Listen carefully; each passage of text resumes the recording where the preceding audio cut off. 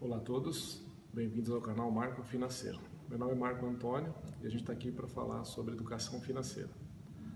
Então toca a vinheta.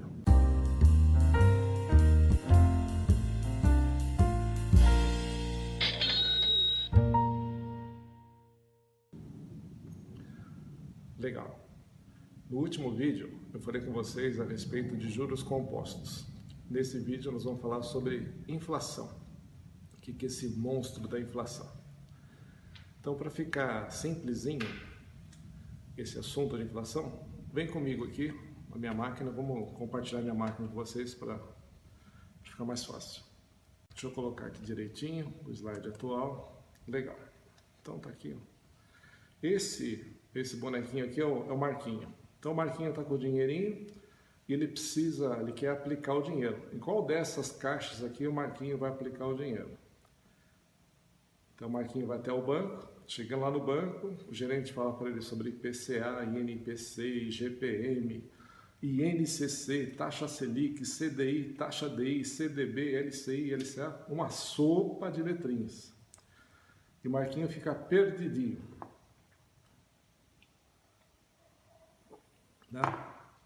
Então, eu quero compartilhar com vocês agora essa sopa de letrinhas. Vocês vão ver que essa sopa de letrinha é bem gostosinha, bem facinho de entender, bem facinho de engolir isso aí, né? De comer isso aí, vai ficar jóia. Então, pessoal, em todos os ramos do conhecimento existem as siglas, né? Em todos eles. Na área de engenharia, telecomunicações, lá o pessoal só fala em sigla. É GSM, WCDMA, LTE, RBS, é um monte de coisa.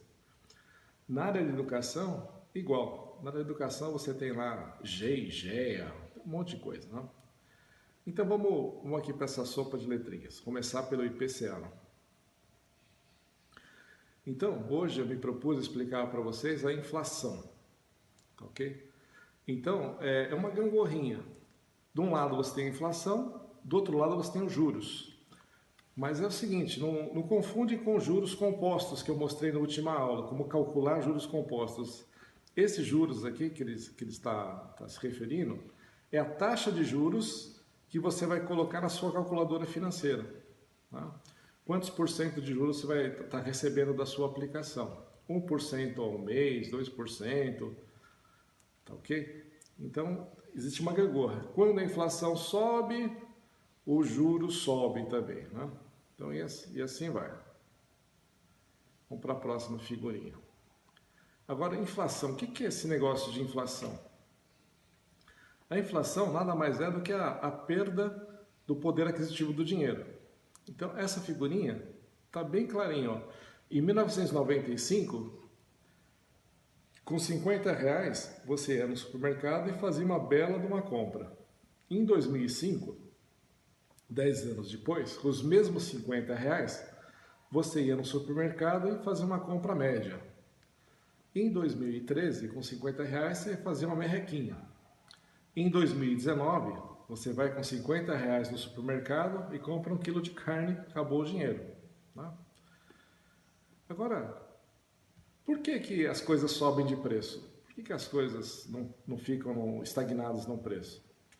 Por causa dessa lei aqui, essa lei de mercado, que chama Lei da Oferta e da Procura, ou Lei da Oferta e Demanda. Né? Então vamos lá aqui, essa senhorinha está na feira e ela está querendo comprar melancia, só que tem um monte de vendedores vendendo melancia e tem poucas pessoas querendo comprar melancia, então o preço cai. Aqui está R$10 nessa banca, na outra banca está 9, a banca mais para frente está 7. Então é isso. Quando você tem muita oferta de produtos, a tendência é o produto ficar mais barato. Em compensação, o que acontece? Ó? Quando você está sozinho oferecendo um produto e tem um montão de gente querendo comprar esse produto, o que acontece com o preço do produto? O produto sobe. Né? Então, quando você tem mais procura do que oferta, o preço sobe. Esse gráfico aqui, ele demonstra exatamente a mesma coisa. Então aqui nesse eixo, no eixo vertical, você tem o preço do produto. E no eixo horizontal você tem a quantidade de produtos. Tá? Então vamos ver aqui, ó. Essa aqui é a curva de procura do produto. Ó. Quanto mais quantidade de produtos a pessoa procura, a população procura, o que acontece com o preço? Ó? O preço sobe. A curva de oferta está aqui em cima, mas as empresas querem ofertar essa quantidade de produtos nesse preço aqui alto. Ó. Então, subiu a quantidade de procura, o preço sobe. Seria o caso do sorvete. Ó. Muita gente procurando, o preço sobe. O que acontece se poucas pessoas procuram um determinado produto? O preço cai. Então, essa verdinha aqui ó, é a curva da oferta e aqui o preço está menorzinho. Quando se cruza essas duas linhas, esse ponto de equilíbrio aqui é o ideal. Nesse ponto de equilíbrio, você tem uma quantidade de pessoas que querem esse produto por um preço que as empresas conseguem atender. Né? A empresa com esse preço aqui, ela consegue atender a essa demanda e ter o lucro dela. Tá ok? Então não dá para simplesmente o preço ficar congelado, ficar parado no tempo, porque cada coisa aqui dentro desse carrinho, ele é formado por um monte de insumos. Você pega o feijão, tem 1 quilo de feijão aqui no carrinho. Em março, agora, o feijão está custando R$ 9,00 o quilo. Por que está tão caro o feijão? Porque a quantidade de pessoas continua querendo aquele produto, só que ele não tem. Então, como ele não tem feijão para todo mundo, o preço do feijão aumenta. Né? A lei da oferta e demanda. E como é que a gente mede a inflação? Como será que mede a inflação? Vamos ver aqui. Então, para você medir a inflação, pessoal, existe esse instituto aqui, ó, o IBGE, o Instituto Brasileiro de Geografia e Estatística. Então, vou entrar aqui no site do IBGE para ficar mais simples da gente visualizar isso aí. Então, vamos lá. Aqui, ó, site do IBGE, portal do IBGE. Então, esse aqui é o site do IBGE, e aqui, se você observar do lado direito, tem um montão de informações úteis aqui. Ó. Tem a estimativa da população brasileira. Então, agora no Brasil, nós somos 209.593.569 brasileiros. Quando essa luzinha azul chegar aqui em cima, vai nascer mais um brasileirinho. Ó. Dá uma olhadinha. Ó, mudou para 570. Que legal. O IBGE está dizendo que a inflação aqui ó, foi do IPCA foi de 0,32% em janeiro. Você clica aqui ó, em janeiro, ele vai te mostrar como é que o IBGE faz esse cálculo. Como é que é formado esse índice. Então, como que é medida a inflação? Os técnicos do IBGE, eles vêm aqui, ó, eles pegam uma cesta de produtos e fazem uma compra no começo do mês. No final do mês, eles fazem a mesma compra e verificam o preço dessa compra. Então, se no começo do mês ele fez a compra e deu R$100, no final do mês ele repete a mesma compra e deu R$110, significa que aumentou. Aumentou em quantos por cento? Aumentou em 10%. Então, a inflação desse período foi de 10%. Tá legal? Agora, o que entra nessa cesta de produtos aí? Aí, voltando lá no site do IBGE, olha só o que ele, na verdade, o que ele pesquisa de preço. Ó. Então, o índice geral de preços de janeiro foi de 0,32%. O que ele leva em consideração nisso? Ó? Alimentação e bebidas. Em janeiro, alimentação e bebidas subiu 0,90%. Habitação subiu 0,24%. Artigos de residência subiu 0,32%. Vestuário já caiu. Vestuário já caiu 1,15%. Transporte aumentou 0,02%. Saúde aumentou também. Despesas pessoais. Então ele faz uma média disso aqui e chega na conclusão que aumentou 0,32%. Então é assim que o IBGE faz. Então voltando lá para a nossa apresentaçãozinha. Opa, tá aqui. Opa, agora tá. Tamo aí.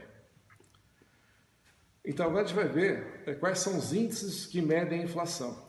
No país, no Brasil, existem uns 10 a 20 itens, a índices que medem a inflação. Eu destaquei aqui apenas 3, ó, o IPCA, o IGPM e o INCC. Então o IPCA é o Índice de Preço ao Consumidor Amplo. É esse índice aqui, ó, que é o índice de inflação oficial do país. É esse índice que você tem que ficar esperto para verificar se as suas aplicações financeiras eles estão ganhando dessa inflação. O IGPM é um índice geral de preços. O índice geral, esse IGPM, ele é calculado pela Fundação Getúlio Vargas. E o que leva em consideração? O que eles medem nesse índice? O que a Fundação Getúlio Vargas pesquisa? Ela pesquisa as commodities, que são produtos que não são muito manuseados, assim. Por exemplo, farelo de trigo, soja, petróleo, milho, preço do boi. E esse índice é utilizado para aumentar o valor do aluguel, reajustar o valor do aluguel. Aí você pergunta assim, pô Marcão, mas o que tem a ver o aluguel com o preço da carne, o preço do petróleo? É que é o seguinte, no período inflacionado do Brasil, um período, uns anos atrás que vocês vão ver daqui a pouquinho, nos anos 80, nos anos 90, a inflação era um absurdo no Brasil, chegou a ser 2.500% ao ano. Então, nesse período, os proprietários de imóveis precisavam reajustar o valor dos aluguéis. Então, eles escolheram um índice que não fosse um índice do governo, como o IPCA, é feito pelo governo, pelo IBGE, que é um órgão do governo. Então, pode ser manipulado. E já o IGPM é um índice de inflação também, mas é feito por um instituto particular. Então, eles preferiram esse instituto particular, o IGPM. O INCC já é um outro índice de inflação que é utilizado, que é INCC quer dizer Índice Nacional da Construção Civil. Esse índice ele é utilizado quando você compra um imóvel na planta. Enquanto a construtora não te entrega o apartamento, a residência, a casa, o valor que você contratou, ele vai sendo reajustado por esse índice aí, pelo INCC. Tá ok? Então fique esperto, se você for comprar um apartamento na planta, não converse só com o corretor, não. Você vai perguntar para o corretor, e esse INCC, ele sobe muito? Ele vai falar, não sobe nada, isso aí é pouquinho, não dá quase nada por mês. Mas não é assim, então você entra no Google e dá uma procurada lá no INCC, histórico do INCC, para ver quantos por cento ele está subindo ao mês e ao ano. Bom, agora nós vamos ver o histórico da inflação no Brasil. Aqui eu escolhi o período de 1980 até 2019, para você ter um espectro grande, né? Ter um período grande para você ver como varia a inflação. E os seus investimentos estão relacionados diretamente com essa inflação. Os seus planos econômicos, né? Tudo está relacionado com isso. Então vamos lá, vamos ver aqui. Então no ano de 1980, no governo do João Batista Figueiredo, existia um dinheiro lá, o dinheiro do Brasil chamava Cruzeiro. E se você observar aqui, ó, eu peguei mês a mês, eu fui lá no IBGE, fiz um levantamento, ó, mês a mês. Em janeiro de 80, a inflação era de 6,62%. Em fevereiro, teve uma inflação de 4,62%. Então, no ano de 1980, no final do ano, teve uma inflação acumulada de 99,27%. Em 81, 95, 82, 104%. Então, pessoal, uma inflação de 100% é assim, ó, você tem um produto que em janeiro custa R$100. No final do ano, no próximo ano, quando você for comprar esse produto vai estar custando R$200. Né? Então, é mais difícil você fazer o controle, seu controle financeiro, orçamentário para comprar qualquer coisa. Caso a inflação dê 200%, significa que o produto triplicou de preço. Se ele no começo do ano ele custava R$100, no outro ano ele vai custar R$300, tá ok? Quando terminou o governo Figueiredo, o governo do João Batista Figueiredo, aqui em 85, a inflação, em 84 que ele terminou o governo, a inflação era 215%. E aí começou o governo do Tancredo Neves. Tancredo Neves foi eleito juntamente com o Sarney. O Sarney era vice do Tancredo. O Tancredo morreu antes de assumir e quem levou o governo foi o Sarney. Aí o Sarney, ele queria abaixar a inflação, né? Ele falou, essa inflação está muito alta, é muito difícil controlar o país, gerenciar o país com uma inflação dessa, todo mundo sofre com a inflação. Principalmente as classes mais pobres, né? Depois a gente vai ver por quê. E ele teve uma ideia, né? Passou o ano aqui de 1985, ele criou um plano Sarney aqui para controlar a inflação. Esse plano Sarney, ele falou assim, inflação é porque os produtos sobem, então não vou deixar o produto subir. Ele congelou o preço de tudo. Fez uma tabela do cafezinho até um automóvel estava congelado o preço. Deu certo esse congelamento? Não deu certo. Né? Faltou produtos, foi um desastre. Em 86 ele mudou o dinheiro do Brasil, era cruzeiro, ele mudou o dinheiro para cruzado. Mas a inflação continuou. Em 89 ele mudou de novo o dinheiro, fez um outro plano econômico, criou o cruzado novo. E a inflação, quando ele terminou o governo, estava em 1900%. Muito bem. Aí entrou o governo Collor de Mello, aqui em 90. Aí o Collor de Mello fez um plano econômico, né? E nesse plano econômico ele mudou o dinheiro também, ó. Ele mudou o dinheiro para cruzeiro. O plano do Collor, ele pensou o seguinte, a ideia básica era o seguinte: bom, como que eu vou combater a inflação? Quando tem muita circulação de dinheiro, o pessoal vai comprar os produtos vão ficar cada vez mais caros. Então, qual foi a ideia? Vamos tirar o dinheiro da praça. Ele congelou todas as aplicações financeiras. Ninguém poderia movimentar o dinheiro em conta corrente, nem em poupança, nenhuma aplicação que você tivesse lá, você podia movimentar o dinheiro.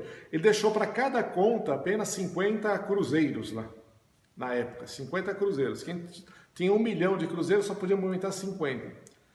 Então a ideia dele era deixar o dinheiro congelado por 2 anos e depois de 2 anos ele devolveria esse dinheiro corrigido. Muito bem, deu certo esse plano econômico? Também não deu certo, não dá para congelar o dinheiro de todo mundo. Imagina uma empresa que tem 2.000 funcionários e a conta corrente dessa empresa tem R$50 lá, R$50 cruzeiros na época, para pagar folha de pagamento, pagar fornecedor e tudo mais. Foi um terror. Aí o Collor não deu certo o plano dele, ele tomou impeachment por outros problemas, né?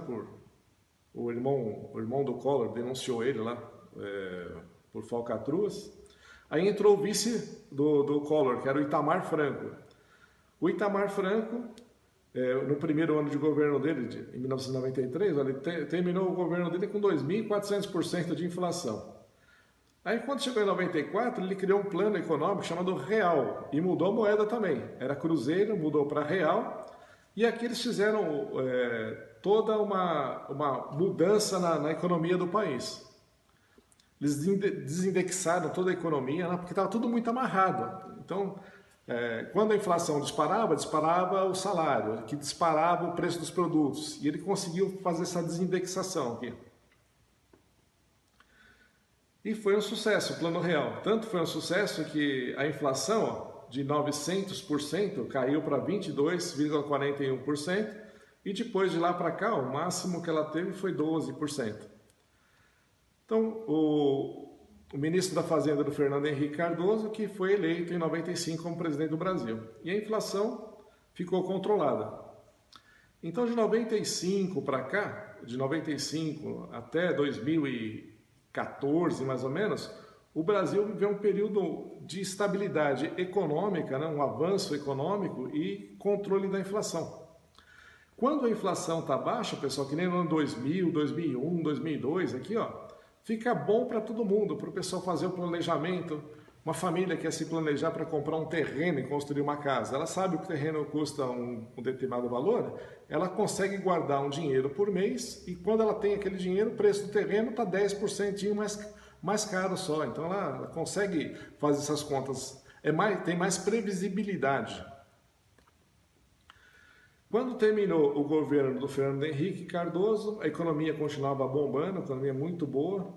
Entrou o governo Lula, que manteve o controle da inflação, né? Manteve o controle da inflação. Todo mundo ganhando dinheiro, todo mundo trabalhando, ótimo.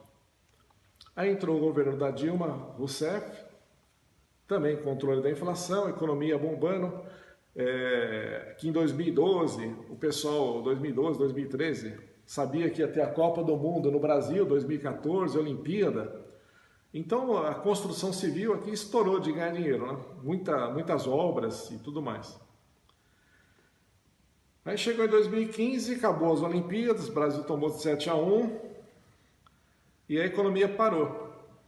Parou tudo, parou as construções, as empresas começaram a demitir, não tinha mais consumo, muita gente desempregada e a inflação caiu. E junto com a inflação caiu a taxa Selic. Ok. Aí entrou o Temer controlou a inflação aqui em 2015, deu uma disparada a inflação, 10%. O Temer controlou a inflação no primeiro ano dele, 2017, 2,94%.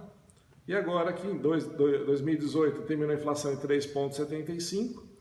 E agora começou o governo Bolsonaro, 0,32%, 0,66%. Agora, quanto vai ser a inflação no final de 2019? Vamos ver quanto vai ser a inflação de 2019 aqui, ó. Vamos entrar aqui no site do Banco Central. O Banco Central é o banco responsável por controlar a inflação no país. Então ele está prevendo aqui, ó, a inflação a meta é 4,25%. 1,5% a mais ou 1,5% a menos. Hoje, nos últimos 12 meses, ó, a inflação é de 3,78%. Tá legal? Agora, voltando aqui na apresentaçãozinha. Vou voltar aqui para... Aqui, pessoal, tá com as interrogações, porque uma coisa é a meta de 4,5, outra coisa é a realidade. Pode ser que não aconteça esse 4,5, depende de um monte de coisas, né? Depende se a economia vai melhorar, se não vai melhorar. Pode ter uma guerra, pode ter um desabastecimento, uma catástrofe, tanta coisa. Então não dá para saber qual vai ser a inflação, por isso que eu coloquei as interrogaçõezinhas aqui. Vamos lá mais um pouquinho. Agora, quantos nossos investimentos crescem? Então vamos ver aqui, ó. Eu peguei aqui a aplicação financeira chamada Caderneta de Poupança, que é a aplicação financeira, pessoal, mais simples que tem, que a maioria da população usa essa aplicação financeira. Então, vamos lá, o que você precisa saber? Ó, todos os bancos pagam o mesmo retorno da sua aplicação. Então, não adianta você querer abrir conta no Santander, por Santander te pagar mais na poupança. Vai pagar a mesma coisa que o Itaú, que a Caixa Econômica, que o Bradesco, todos eles pagam o mesmo tanto. E essa aplicação só rende depois de 30 dias. Então você aplicou o dinheiro hoje, daqui a 30 dias esse dinheiro vai render. Se você tirar o dinheiro antes desses 30 dias, ele não rende nada. Agora quanto rende? Então a caderneta de poupança, ela paga 0,5% ao mês, mais a TR, que é uma taxa de referência. Isso se a Selic for maior que 8,5% ao ano. A Selic nós vamos estudar no próximo vídeo. No próximo vídeo a gente vai estudar a taxa Selic, a CDI e umas outras siglazinhas lá. Então vamos lá. Agora, e se a taxa Selic tiver menos do que 8,5% ao ano, quanto que a poupança vai pagar? A poupança vai pagar 70% da Selic. Ah, é? E quanto está a Selic? Vamos ver aqui, ó, no Banco Central. Aqui, ó. A taxa Selic, ela está em 6,5%. Ah, então a taxa Selic está 6,5% ao ano.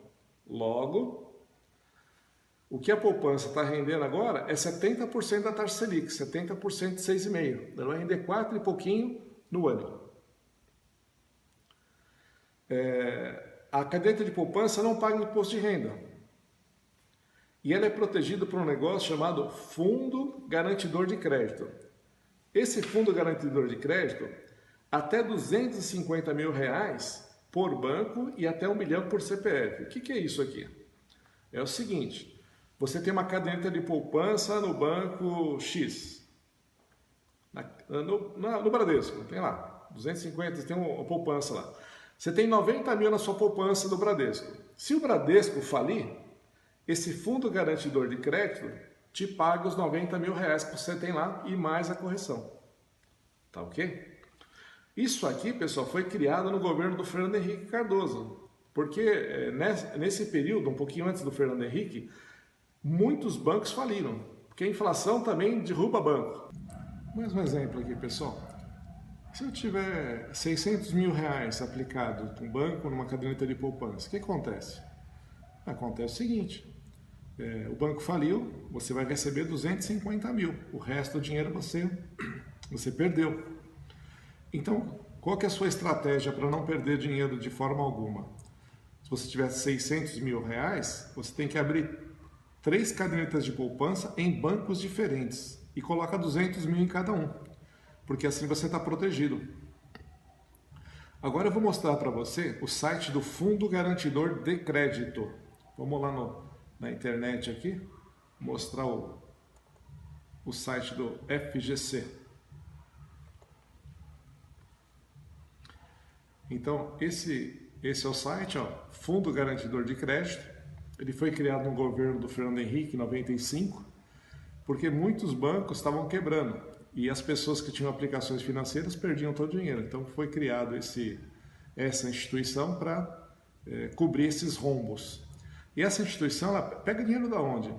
Quando você faz qualquer aplicação financeira, uma percentagem do lucro que você tem vai lá para esse fundo garantidor de crédito. Fica depositado lá, e eles ficam gerenciando isso. E eles, juntamente com o Banco Central, eles ficam de olho nos bancos, né, para não deixar o banco falir. Vamos ver quais são as aplicações financeiras que são cobertas pelo FGC, pelo Fundo Garantidor de Crédito. Então está aqui, ó, sobre a garantia. Garantia ordinária até 250 mil por banco e até 1 milhão por CPF. Então ele cobre assim, se você tiver um dinheiro na conta corrente e o banco falir, o Fundo Garantidor de Crédito te reembolsa. Depósito em caderneta de poupança, letras de câmbio, letras hipotecárias, letras de crédito imobiliária, LCA, todas essas coisinhas, essas aplicações nós vamos estudando durante os vídeos aí que a gente vai postando. Agora, o que é legal aqui, ó, o que não é coberto pela garantia, ó, presta atenção no que não é coberto pela garantia. Tem um item aqui, pessoal, que está na moda e ninguém sabe, ou pelo menos ninguém comenta que ele não tem garantia do Fundo Garantidor de Crédito, que é isso aqui, ó.